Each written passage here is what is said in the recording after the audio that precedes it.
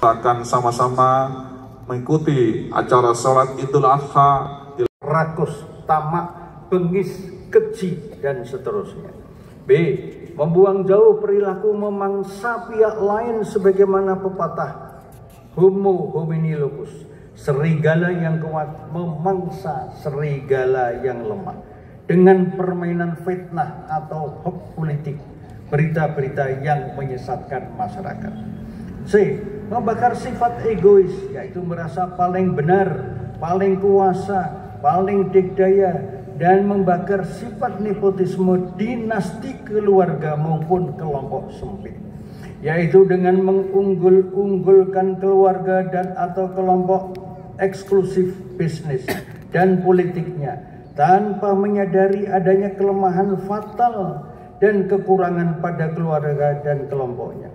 Pula tidak kasatria melihat kejujuran, kepandaian, kepemimpinan orang lain yang lebih mengungguli diri keluarga dan kelompoknya. Praktek nepotisme kelompok politik telah terbukti justru mengorbankan pihak lain termasuk rakyat yang berhak dipimpin oleh mereka yang cerdas, jujur, dan teruji kepemimpinannya.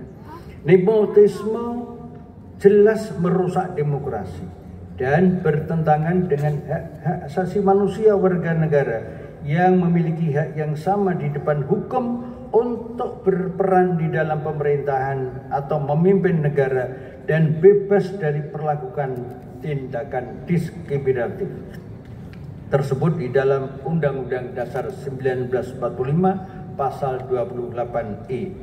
Cara pandang dan sikap fanatik buta terhadap kelompok jelas selama ini telah mengakibatkan ketidakadilan ekonomi, politik, dan hukum. Yang kedua, Ibrahim adalah contoh lambang pemimpin yang rela tulus ikhlas mengorbankan atas egonya. Bayangkan hadirin semuanya, bagaimana rasa kasih sayang beliau terhadap anaknya tiba-tiba diperintah oleh Allah untuk menyembelihnya. Namun Ibrahim begitu taat dan patuh atas perintah Allah di atas.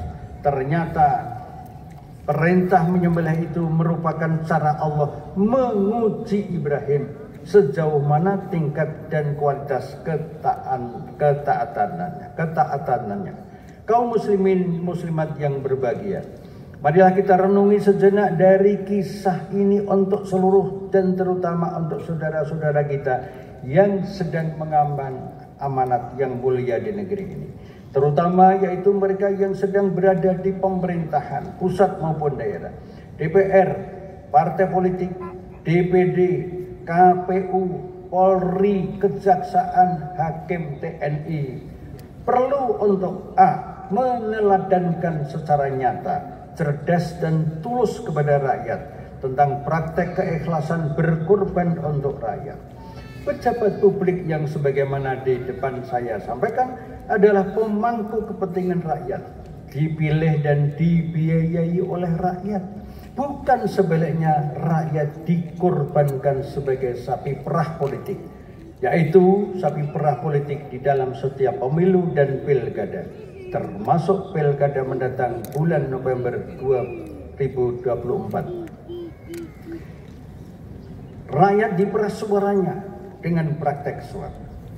Hukum Islam jelas dan tegas mengharamkan semua suap itu, sebagaimana hadis yang disampaikan oleh Rasulullah Muhammad SAW.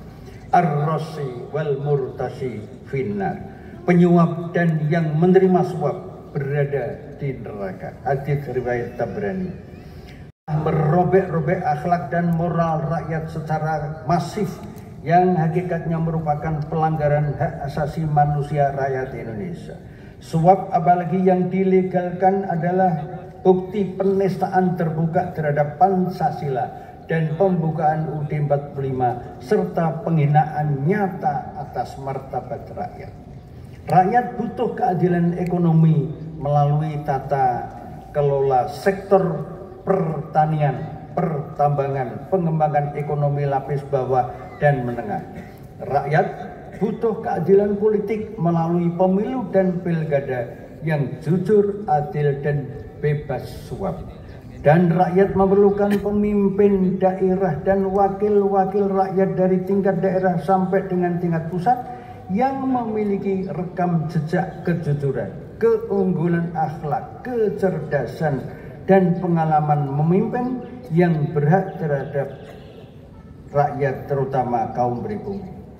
Sering saya sampaikan bahwa di Indonesia selain korupsi itu menyambar, menyerbu, merobek-robek ketahanan ekonomi, ketahanan sumber daya alam, tapi korupsi juga telah sampai kepada korupsi politik.